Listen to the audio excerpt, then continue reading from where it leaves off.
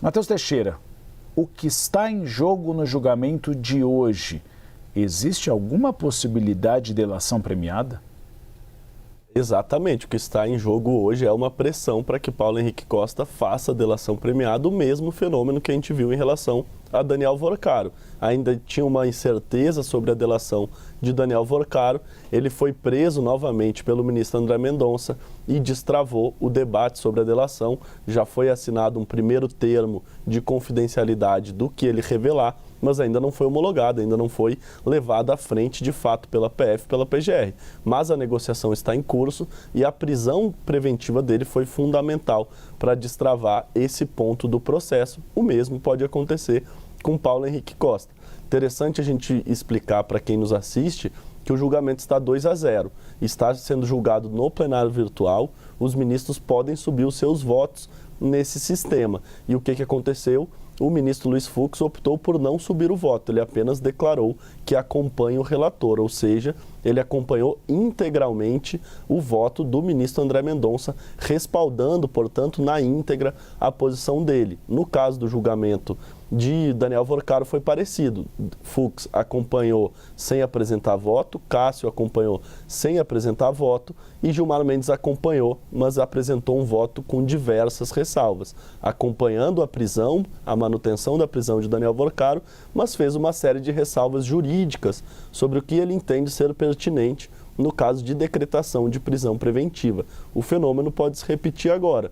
Luiz Fux apenas declarou que acompanha, respaldo total. Ministro Dias Toffoli novamente se declara suspeito, assim como foi no caso de Daniel Vorcaro, e agora restam Cássio Nunes Marques e Gilmar Mendes. Como se trata de um julgamento criminal, o empate beneficia o réu, ou seja, a prisão ainda não foi referendada. Tem 2 votos nesse sentido, mas 2 votos no sentido oposto seria o suficiente para liberar Paulo Henrique Costa. E a gente deve ver exatamente um debate sobre a contemporaneidade e a gravidade dos fatos e dos atos de Paulo Henrique Costa.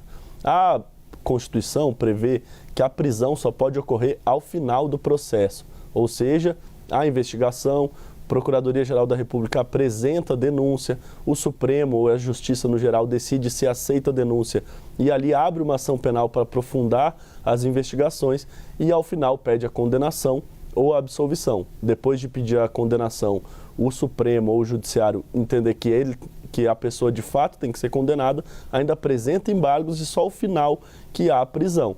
No caso de prisão preventiva, que é o caso de Vorcaro e de Paulo Henrique Costa, tem que ser cumpridos os requisitos da prisão preventiva, quais sejam a contemporaneidade dos fatos. Ou seja, algum ministro ou algum jurista pode entender que sim, é grave o que ele fez, estão ali os diálogos da negociação da propina, mas não tem contemporaneidade, ou seja, ele não estava mais cometendo delito e ele tem que ser preso depois de um julgamento, depois de poder apresentar a defesa. Foram essas as ressalvas que fez o ministro Gilmar Mendes naquele primeiro julgamento e, novamente, esse debate deve estar no centro do julgamento. Quem não acompanhar a íntegra e sem subir voto, a gente não vai saber exatamente se tem alguma ressalva, mas Gilmar Mendes novamente deve apresentar um voto em separado e suscitar essas questões.